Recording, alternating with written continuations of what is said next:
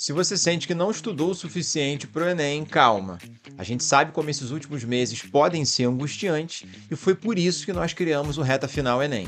Esse é um curso focado em História e Geografia, com aulas ao vivo, mas que, claro, ficam gravadas na plataforma para você assistir quando quiser. E o principal, todo ele foi pensado a partir das competências do Enem para que você possa estudar com estratégia e ganhar tempo. A gente preparou para você apostilas exclusivas por competências, com explicações didáticas, com os assuntos que mais caem e dicas práticas de resolução de questão. Além disso, também tem lista com questões anteriores, simulados inéditos, glossário da prova de humanas e um aulão de revisão na semana da prova do Enem. Tudo isso por R$ 197. Você que já acompanha o canal do Humanamente sabe como a gente trabalha. Conteúdo direto, com a devida profundidade e sempre realmente focado no que cai na sua prova. O link para garantir sua vaga está aqui na descrição. Vem com a gente nessa reta final, esperamos você!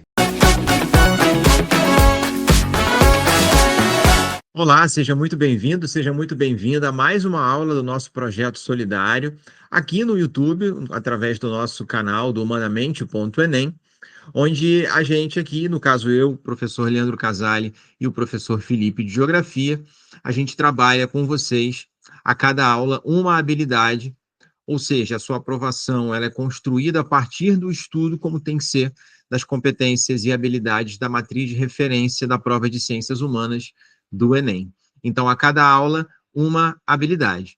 A gente hoje vai entrar na habilidade de número 21, vai aparecer aí para vocês daqui a pouquinho, porque eu vou projetar a tela aqui do iPad, para a gente fazer algumas questões. E aí eu já faço a seguinte ressalva, né? Essa habilidade 21 é uma habilidade que cobra muito mais história, predominantemente história, e não geografia.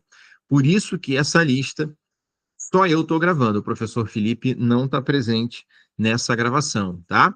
Assim como já aconteceu também em uma ou outra lista que teve a predominância de geografia, por exemplo, e vai acontecer em outras listas também. Nessas próximas semanas vocês vão reparar isso, tá certo? Deixa eu compartilhar aqui a tela do iPad para a gente poder seguir, né, fazendo as questões, e eu reforço com vocês que na descrição aqui desse vídeo a gente tem um link para você baixar as listas das questões de cada aula, tá certo? De todas as aulas que a gente vem dando até aqui, de todas as que virão, né, até a habilidade 30. E a gente também pede a vocês que entre no nosso grupo do WhatsApp, porque é um grupo gratuito, assim como esse projeto aqui, é um projeto solidário, e nesse grupo a gente posta conteúdos, dicas, até conteúdos de terceiros, de postagens que a gente acha interessantes também nas redes sociais, dicas sobre o vestibular, sobre o Enem, possíveis temas que podem ser abordados, e a gente está ali também para tirar dúvidas de vocês, dúvidas sobre um tema, dúvidas sobre uma questão, seja desse material ou uma outra questão do Enem, não tem problema, tá? É um grupo para que vocês tenham um acesso mais direto ali para poder falar com a gente, e um grupo, repito, gratuito, ok? Beleza? Já está aparecendo aí na tela essa nossa habilidade 21, mas antes eu preciso mostrar para vocês que a gente está entrando agora numa nova competência, ok? A competência 5. E aí, mais uma vez, vai ficar claro por que que essa habilidade de hoje, por exemplo, é uma habilidade que cobra muito mais história, né? Dá uma olhadinha no título da competência, onde está presente essa habilidade 21. Olha lá. Utilizar os conhecimentos históricos para compreender e valorizar os fundamentos da cidadania e da democracia, favorecendo uma atuação consciente, ou seja, crítica, né, do indivíduo na sociedade. Então, o próprio título da competência já coloca para a gente a importância dos conhecimentos históricos, né? E aqui a gente vai, espera aí que não está passando, não sei por que, agora foi. Ó, habilidade 21, e aí tem o título da habilidade. Identificar o papel dos meios de comunicação na construção da vida social. Identificar o papel dos meios de comunicação na construção da vida social.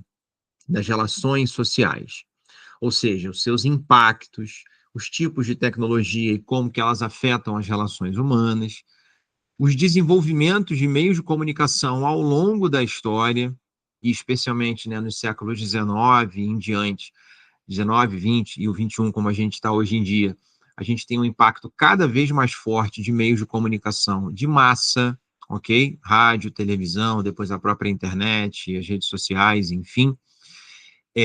Então, tem alguns conceitos, tem algumas ideias que eu acho que vale a pena vocês anotarem aí para a gente trazer, para pensar essa habilidade. Conceitos que você precisa levar para a sua prova nessa habilidade. Deixa eu mexer na câmera aqui, estava um pouquinho torta, acho que agora está um pouquinho melhor.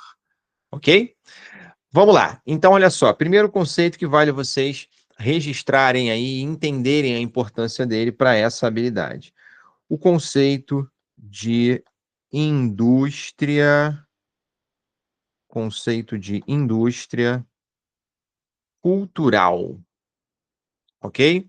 Conceito de indústria cultural. Esse conceito, gente, é desenvolvido por dois pensadores no século XX, conhecidos como Adorno e Horkheimer, tá? E é um conceito, é uma ideia que reflete sobre a mercantilização da cultura.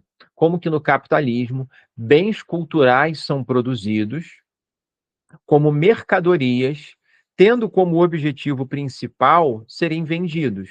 E para que você queira consumir esses bens culturais, essas mercadorias, né?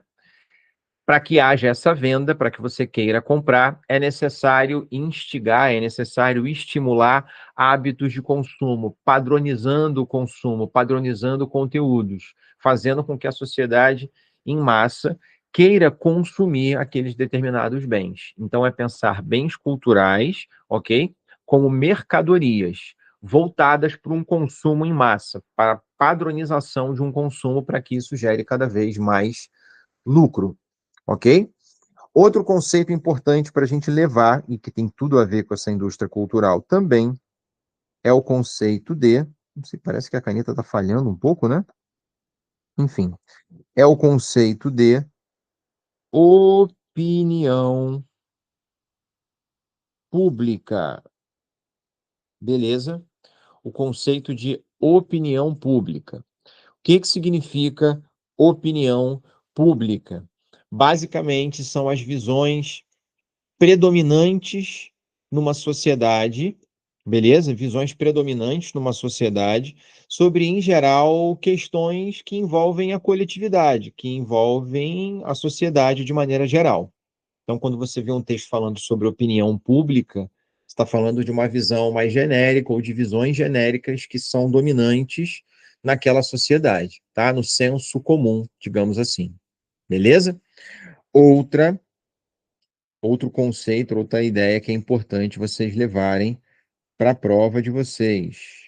Realmente está falhando, mas está dando para vocês enxergarem aí, eu acho, né? Ó, o conceito de comunicação de massas, ou seja, a capacidade de veículos de comunicação de atingirem grande parcela da sociedade, veiculando, transmitindo, difundindo mensagens, informações e ideias, tá?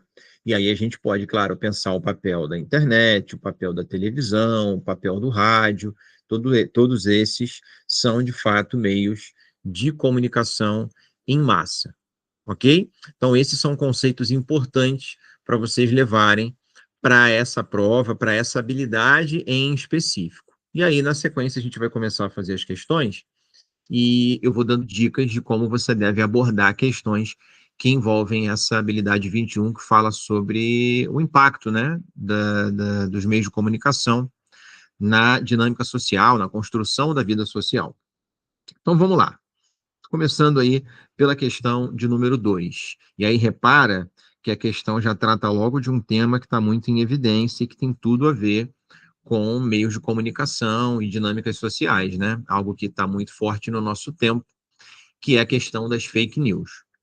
Lembra sempre que você deve levar em consideração como gabarito a alternativa que dialoga com o texto, com o enunciado, as questões em geral, os gabaritos em geral no Enem, nas questões do Enem, em ciências humanas, são validadas pelo texto. Os gabaritos são validados pelo texto. Então, lê sempre com o seu lápis aí na mão para grifar as partes mais importantes, as palavras-chave e tal. Beleza? Vamos lá. Pode chamar de fake news notícias falsas de internet. Então, ele já está falando aqui de um contexto mais recente, né? Fraude informativa, informações falsas ou até misinformation, se prefere em inglês, que você estará designando corretamente a mesma doença informacional que se disseminou como uma pandemia pela vida pública mundo afora nos últimos anos, e cujos principais sintomas nas pessoas infectadas consistem na perda, olha só, perda da capacidade de distinguir a verdade, de ligar adequadamente com fatos e dados e de tomar decisões bem informadas. Sabe-se que o portador do vírus se torna alérgico a fatos e evita a todo custo a dissonância cognitiva, isto é, entrar em contato com informações que não satisfaçam os seus desejos e com os relatos que se choquem com as suas crenças, ou seja, a pessoa não quer ouvir aquilo que contraria as crenças dela. Ela não está afim de lidar com diferentes pontos de vista, com informações e perspectivas contraditórias. Ela quer reforçar a crença dela, então ela acaba consumindo apenas aquilo que lhe convém. É basicamente isso que o texto está dizendo. E aí, olha a referência, ó. O que são, afinal, fake news, enquanto fenômeno de comunicação política? E aí tem a referência do texto ali e tal. A pergunta é bem direta, né? Qual é a consequência do fenômeno apresentado? Qual o fenômeno apresentado? As fake news, né? Qual a consequência do fenômeno apresentado no texto para a vida democrática, para a democracia. Beleza? E aí vamos lá. Dicas para vocês fazerem questões que envolvem a habilidade de número 21. Primeira coisa, pessoal, você tem que identificar qual é o meio de comunicação, a tecnologia, enfim, que está sendo levada em consideração na questão. No caso aí, a questão está falando das fake news, então você já sabe que é a internet. Aliás, ele fala ali logo na sequência, né, de notícias falsas de internet. Beleza? Então a gente está falando especialmente da internet. E aí isso já te permite contextualizar historicamente, que é o segundo passo para você fazer esse tipo de questão. Se ele está falando da tecnologia, você tem que situar historicamente essa tecnologia. Como ele está falando de internet, fake news, a gente está falando de um fenômeno muito recente. Muito recente. Ele mesmo fala isso no texto. Tá? E aí olha o próprio texto, a própria fonte, fonte é de 2019, né? Então é um fenômeno recente, um fenômeno que tem aí poucos anos, digamos assim, pensando na história de maneira mais ampla. Tá? Outro ponto interessante, se existe algum tipo de perspectiva mais crítica com relação ao papel da mídia, a função da mídia no texto, se o texto está problematizando a função da mídia ou não, se está adotando um olhar mais crítico, se está adotando uma visão mais tradicional sobre a mídia, sobre a função da mídia, se tem alguma perspectiva teórica ali, beleza? E também é bem importante que você tente identificar qual é a dimensão ou quais são as dimensões que o texto está tratando com relação ao impacto desses meios de comunicação. Ou seja, se está falando de um impacto econômico, se está falando de um impacto político, se está falando do impacto cultural dos meios de comunicação, se está falando do impacto social dos meios de comunicação ou desses múltiplos impactos, ok? Mas é identificar se ele está focando mais nas consequências econômicas ou culturais ou sociais ou políticas desse fenômeno, ok? Esse é uma espécie de passo a passo, de dicas gerais, né? Para que você possa, de fato, lidar com questões que envolvem a habilidade 21. Beleza?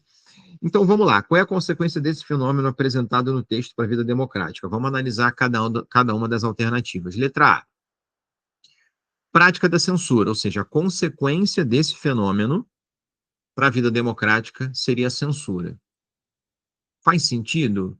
Ou seja, o efeito das fake news para a democracia é a censura. Será que tem uma relação de causa e consequência entre uma coisa e outra?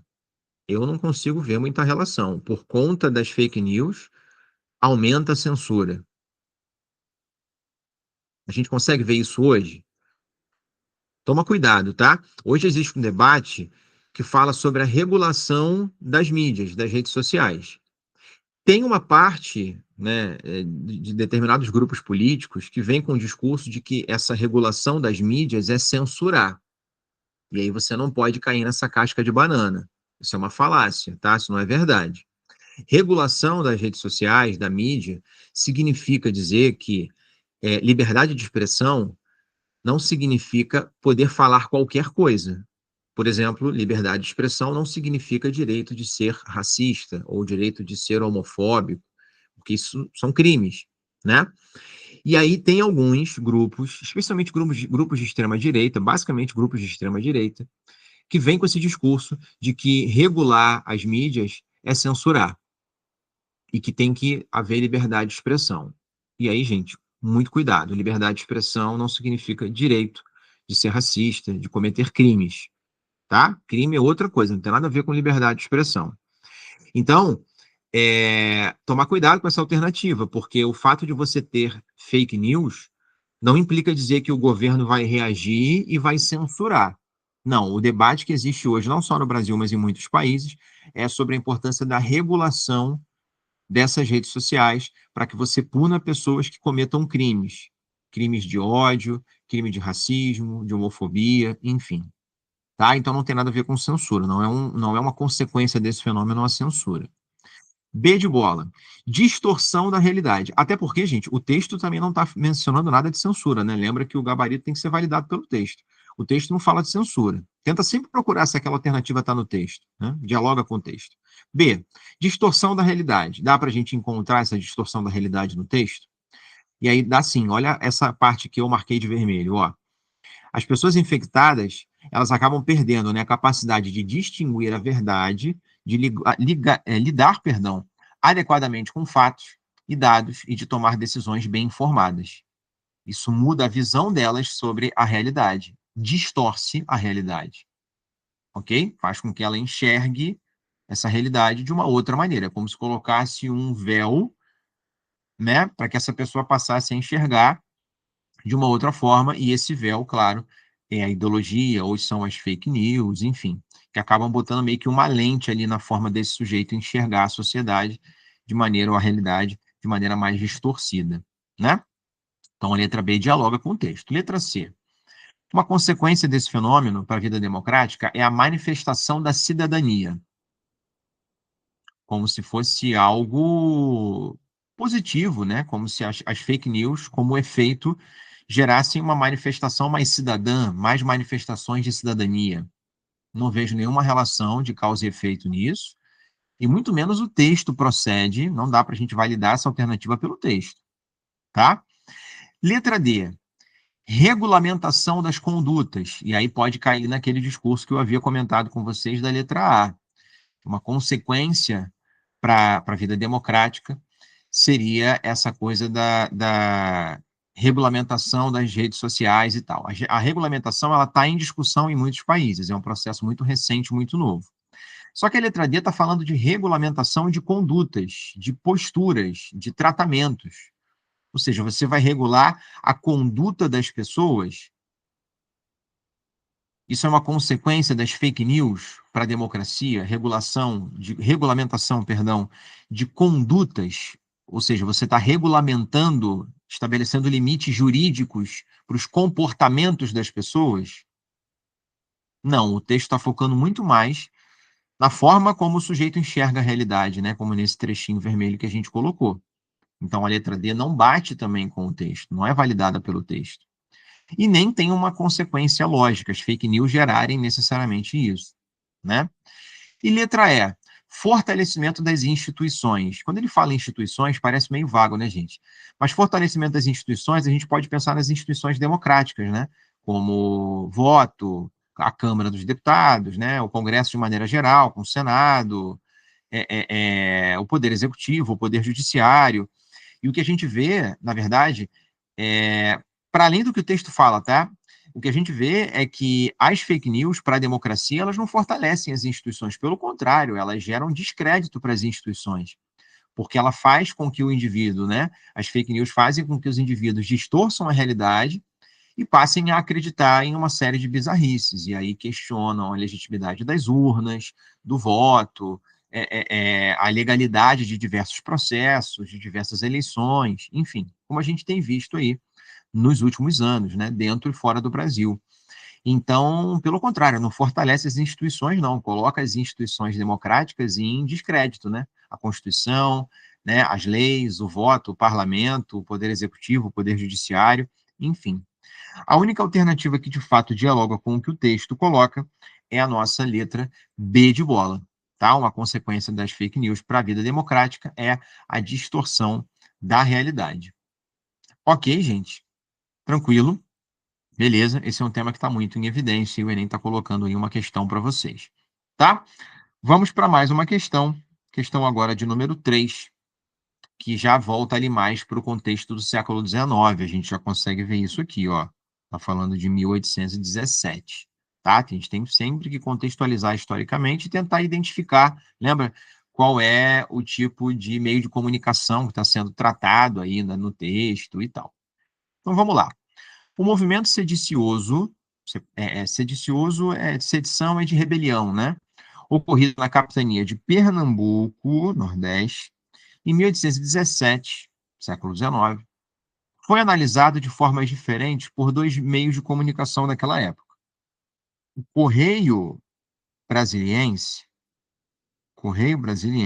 opa, perdão, apontou para o fato de ser a comoção no Brasil motivada por um descontentamento geral e não por maquinações de alguns indivíduos, manipulações de poucos indivíduos. Então, aí, século XIX, meio de comunicação, está falando de jornal, né? Tá? Então, aqui a gente já permite identificar algumas coisas, ó. Caramba, tá muito estranho quando eu tento escrever aqui em cima, né? Ele fica meio zoado. Enfim, tá falando de século XIX, ok? E tá falando de jornais. Aí, agora ele resolveu dar problema quando eu escrevo embaixo também. Mas que bom que pelo menos está saindo alguma coisa, né? Então está falando do jornal, está falando do século XIX. O primeiro jornal, o Correio Brasiliense, apontou para o fato da comoção ser motivada por um grupo, por um descontentamento geral, e não por um pequeno grupo de sujeitos, né? Não por uma manipulação de pequenas pessoas, de poucas pessoas, melhor dizendo. Já a Gazeta do Rio de Janeiro, outro jornal, considerou o movimento como um pontual desvio de norma. Uma coisa mais pontual, uma coisa mais particular, não uma coisa geralzona. Apenas uma mancha nas páginas da história portuguesa, tão distinta, olha só, pelos testemunhos de amor e respeito que os vassalos desta nação consagram ao seu soberano. E aí, gente, tem duas visões distintas, né, com relação a esse movimento de 1817. Um jornal fala uma coisa e um outro jornal fala outra. E aí é bom lembrar, se você está falando de 1817, a gente está falando de um contexto não só dos jornais e tudo, né, como meio de comunicação, como a gente está falando também do chamado período joanino no Brasil. O período em que Dom João estava no Brasil, a corte portuguesa estava no Brasil, né, desde 1808 e foi até 1821. O Brasil já não era mais colônia, porque foi inclusive elevado a Reino Unido, a Portugal, beleza? Ali entre 1815 e 16, tá? Mas também não era ainda um país independente, porque a gente ainda tinha vínculo com Portugal, a metrópole, a coroa portuguesa, inclusive, né? A coroa portuguesa, inclusive, estava vivendo no Rio de Janeiro. Tá? Então, o Brasil era uma monarquia luso-brasileira ali, havia um império luso-brasileiro vigente nessa época. Não éramos independentes ainda, mas também não éramos mais oficialmente uma colônia, tá? Aí a fonte, ó, peças de um mosaico, viagem incompleta, a experiência brasileira. Ok. Os fragmentos das matérias jornalísticas sobre o acontecimento, embora com percepções diversas, relacionam-se a um aspecto do processo de independência da colônia luso-americana,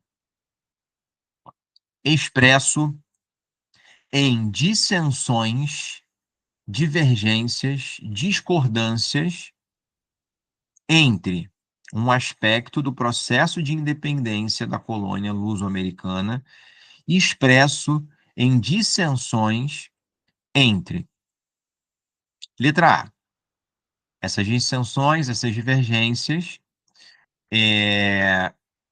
seriam voltadas ali, relacionadas, né, a quadros dirigentes em torno da abolição da ordem escravocrata.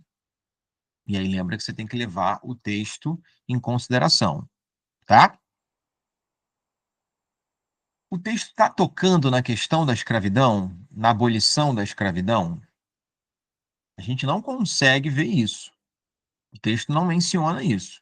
E sim, um jornal falando que era um descontentamento geral e um outro jornal minimizando, falou que foi apenas uma mancha na história portuguesa que é tão marcada por respeito e amor dos vassalos dessa nação com relação ao seu soberano.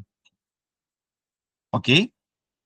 Não está discutindo ali questão abolicionista. A divergência, pelo menos nesse texto base, não está aparecendo através da questão da abolição da escravidão.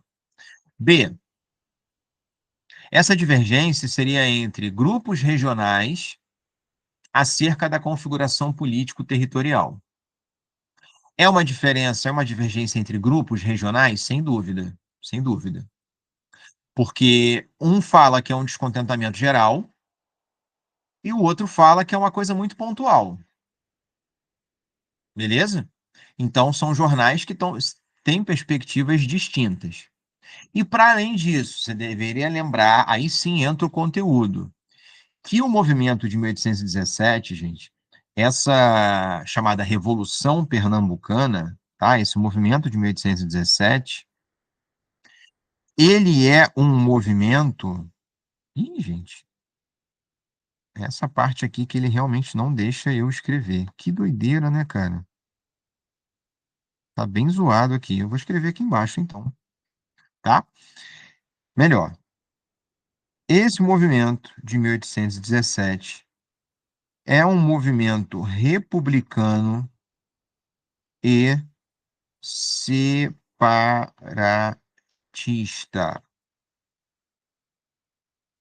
Ou seja, não era um movimento que falava da independência do Brasil, era um movimento que falava de separar Pernambuco e até cogitava outras partes do Nordeste, mas restrito, mais focado em Pernambuco.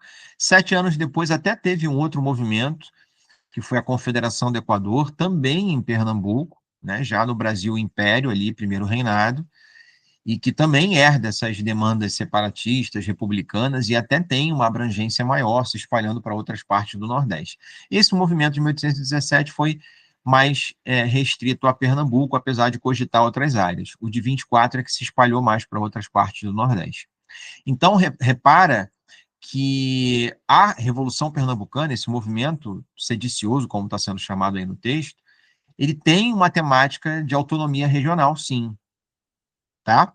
Então, faz todo sentido a letra B falar de grupos que divergem, que têm essas dissensões, tá? Grupos regionais, porque é Pernambuco que está fazendo o movimento, ok? Repara que o jornal que fala que aquilo ali foi uma pequena mancha na história portuguesa se chama Gazeta do Rio de Janeiro. Rio de Janeiro, onde estava a corte. A corte estava no Brasil nessa época. O Rio de Janeiro era a capital nesse contexto. E aqui também resolveu ficar ruim, ó. Que loucura, hein, gente? Olha lá. Enfim, espero que esteja dando para vocês lerem aí. Mas o Rio de Janeiro era a capital, a corte estava ali, e aí o jornal do Rio de Janeiro está minimizando, falando que aquilo ali foi só uma mancha na história portuguesa, na história da monarquia, enfim, que em geral é uma relação dos vassalos, né, da nação com o monarca, com o soberano, de amor, de respeito e tal. E o outro jornal já fala que é um descontentamento mais geral. Então, existe sim uma divergência entre grupos regionais acerca da configuração político-territorial. Aí você deveria trazer o conteúdo para a questão. Como eu falei, o movimento pernambucano é um movimento separatista com ideias republicanas. Então, tem uma questão de configuração territorial, sim, sem dúvidas. Tá? Letra C. São divergências entre intelectuais laicos, ou seja, fora da igreja, né? Acerca da revogação do domínio eclesiástico. O eclesiástico tem a ver com a igreja, tá, gente? E o texto não está focando em igreja em nenhum momento. Não dá para a gente tirar. Letra D. Dissensões entre homens livres em torno da extensão do direito de voto. Em nenhum momento está se discutindo no texto questão sobre voto. Letra E. Dissensão ou divergência entre elites locais acerca do monopólio fundiário, ou seja, sobre o domínio sobre a terra. Isso também não é possível afirmar a partir do texto. Então, essa é uma questão típica que mistura interpretação com conteúdo. Você tinha que saber noções gerais aí da Revolução Pernambucana. Se você lembrasse que basicamente já era um movimento, né, local, separatista e republicano, né, isso já te ajudaria muito a matar essa questão, junto, claro, com a interpretação do texto. Por isso, nosso gabarito, letra B de bola. Beleza? E vamos para a nossa última dessa lista. Você tem outras duas aí que vai ficar de dever de casa para vocês. Se tiverem dúvidas, avisem. Inclusive, peço a vocês, reforço o pedido para que você, se não curtiu esse vídeo, dá um joinha aqui embaixo para dar essa moral para a gente. Segue as nossas redes sociais lá no Instagram, do @humanamente.enem, tá? Se inscreve no nosso canal aqui no YouTube, divulga o nosso projeto para o maior número de pessoas. E se você gostou das nossas aulas e quer um contato ainda mais próximo com a gente, quer fazer mais questões, quer ter acesso a um simulado inédito, a aulas, né, com os principais temas, os eixos temáticos cobrados no Enem, com resolução de questões das principais habilidades, né, com padrão de questões, com muito mais questões do que a gente está fazendo aqui, a gente está com um link aqui embaixo, né, para você entrar e participar da nossa reta final. O nosso curso ele está com inscrições abertas. A gente convida vocês a participar. É um curso que está redondinho para você que está chegando agora no final do ano no Enem, para ali intensificar a sua preparação, né? Para a prova de ciências humanas, para a história e geografia, estudando aquilo que é mais importante e do jeito certo. São 6 aulas de teoria e 6 aulas de resolução de exercícios das principais habilidades, 12 aulas no total, uma plataforma exclusiva, grupo no WhatsApp, enfim, um curso que está excelente, feito com muito carinho para todos vocês. Então, se você tiver interesse, fala com a gente, clica no link aqui embaixo, chama a gente no WhatsApp, fala com a gente no Instagram, tá bom? Vamos para a nossa última questão dessa lista. Questão, e aí já se situa historicamente muito claro para nós, questão sobre Estado Novo, né? Vargas. Ó, durante o Estado Novo, os encarregados da propaganda procuraram aperfeiçoar-se na arte da empolgação e envolvimento das multidões através das mensagens políticas. Nesse tipo de discurso, o significado das palavras importa pouco, pois, como declarou Goebbels, não falamos para dizer alguma coisa, mas para obter determinado efeito, impacto. Lembrando que Goebbels era o ministro da propaganda nazista. Ok, gente? Então, repara como que a era Vargas, né, tem de fato relações com o contexto de ascensão ali com as ideias nazistas. É na mesma época, né? Década de 30, quando o Getúlio está chegando ao poder, o Estado Novo começa especialmente em 1937. Tem que escrever devagar aqui, porque tá brabo. E vai até 1945, tá? E aí, mais uma vez, fala da empolgação envolvimento das multidões e da importância do impacto do que se diz. Não exatamente, a importância não está exatamente naquilo que se diz, e sim no seu impacto. E aí, olha a referência aqui embaixo, ó. Propaganda política e controle dos meios de comunicação.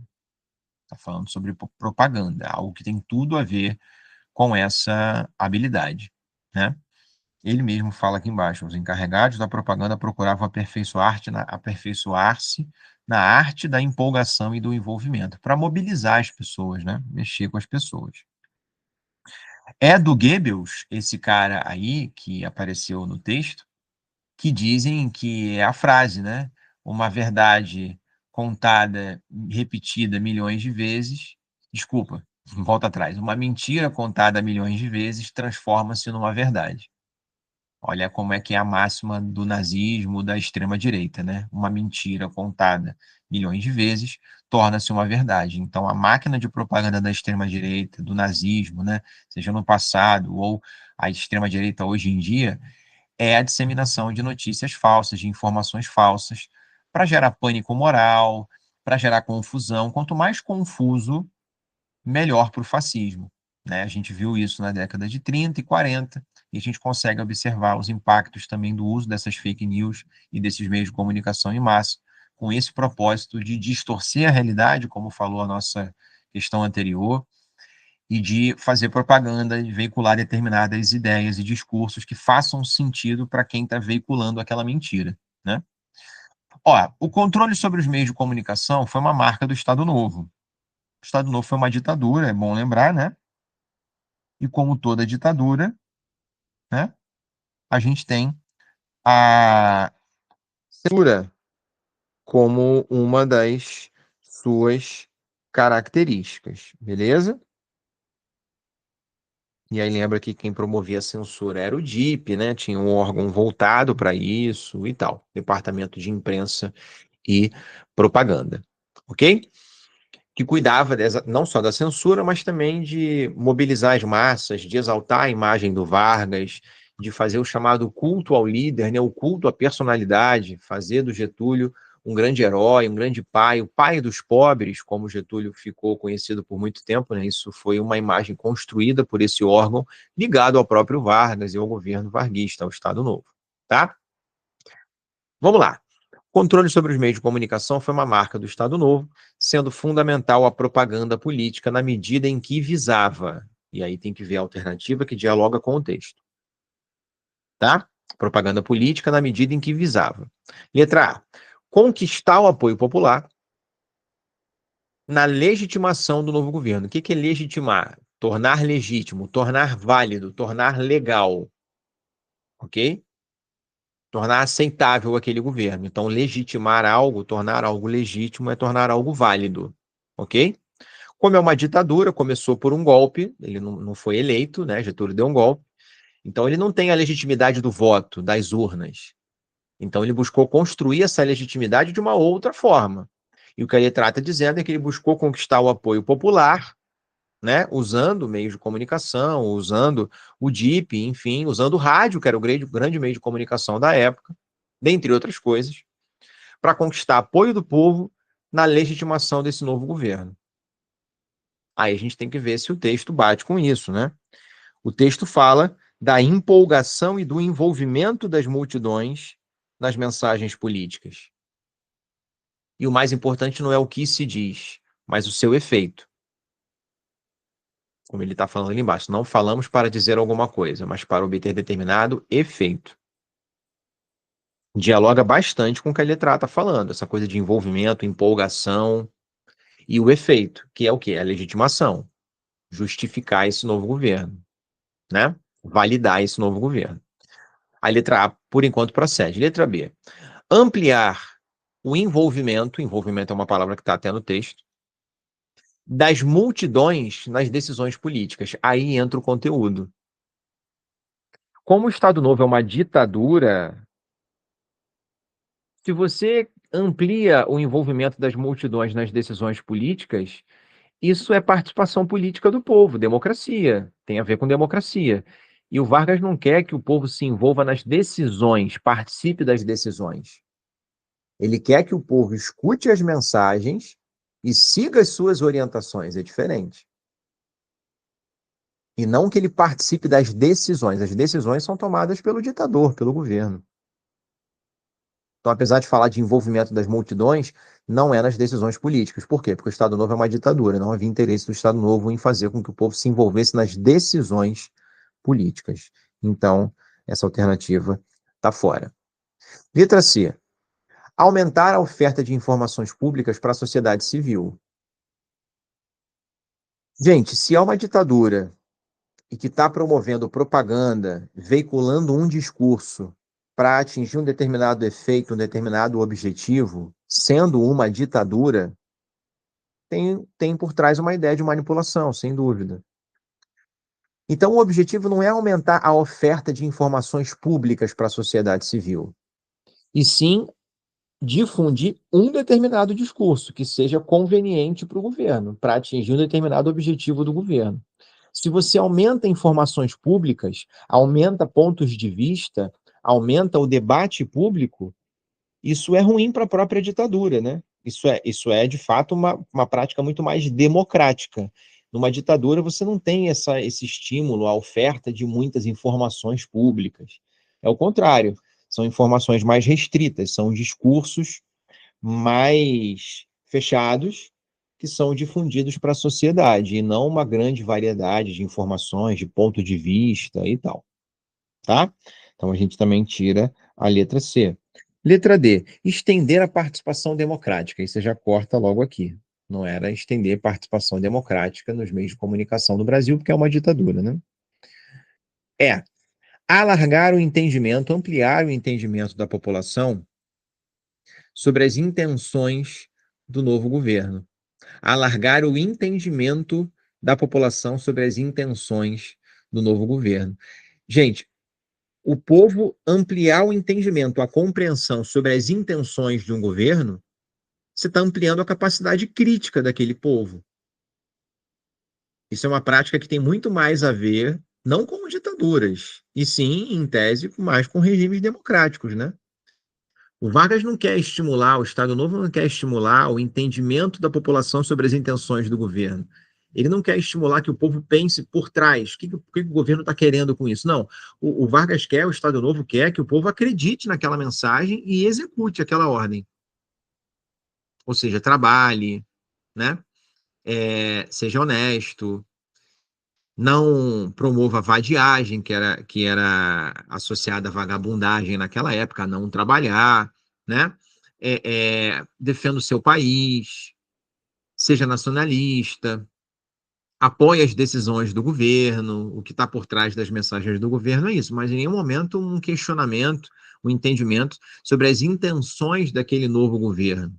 Não, o governo queria já deixar um discurso prontinho, moldava um discurso, aquilo era veiculado em propaganda através do rádio e dos jornais, e a população devia seguir aquelas diretrizes. Se você questionasse aquelas diretrizes de alguma forma, você sofreria as consequências de um regime autoritário, né, como censura, como prisões, ou até mesmo, possivelmente, execuções, já que houve, sim, assassinatos políticos durante o Estado Novo, tortura, enfim, isso não aconteceu só na ditadura lá de 64 a 85, não. Então, o objetivo dessa ditadura não é alargar o entendimento da população. Eles não querem ampliar nenhum poder de crítica desse povo, de compreensão do povo, muito menos sobre as intenções desse governo. Então, a gente também consegue cortar a letra E. O nosso gabarito é a letra A. Conquistar o apoio popular, como ele fala no texto, né, aqui através do envolvimento, da empolgação das multidões, através das mensagens políticas já prontas, propaganda, é difundir um discurso já pronto, não é estimular um debate sobre um tema, né? O efeito é sempre para gerar adesão, apoio do povo àquele governo. Por isso, o gabarito, letra A nessa questão. Ok, pessoal? Beleza. As outras questões eu deixo aí de dever de casa para vocês, tá? Se você tiver dúvidas, comenta aqui embaixo nesse vídeo, deixa a sua dúvida aqui que a gente te responde. Melhor ainda, se você quiser perguntar diretamente para a gente, entra no nosso grupo de WhatsApp, tira a sua dúvida, não deixa a sua dúvida para depois, ele é muito importante para você e para nós, beleza? E curte esse vídeo se você ainda não curtiu, se inscreve no nosso canal, segue as nossas redes sociais ali, @humanamente.enem no Instagram. E lembrem-se que o nosso curso de reta final está com inscrições abertas, o link está na descrição do vídeo aqui para vocês, assim como o link para o material dessa aula e das outras, o link para o grupo do WhatsApp também. Ok, pessoal? Vou ficando por aqui, nos vemos na próxima aula em mais uma habilidade. Abraço para todos vocês, até a próxima. Tchau, tchau, gente.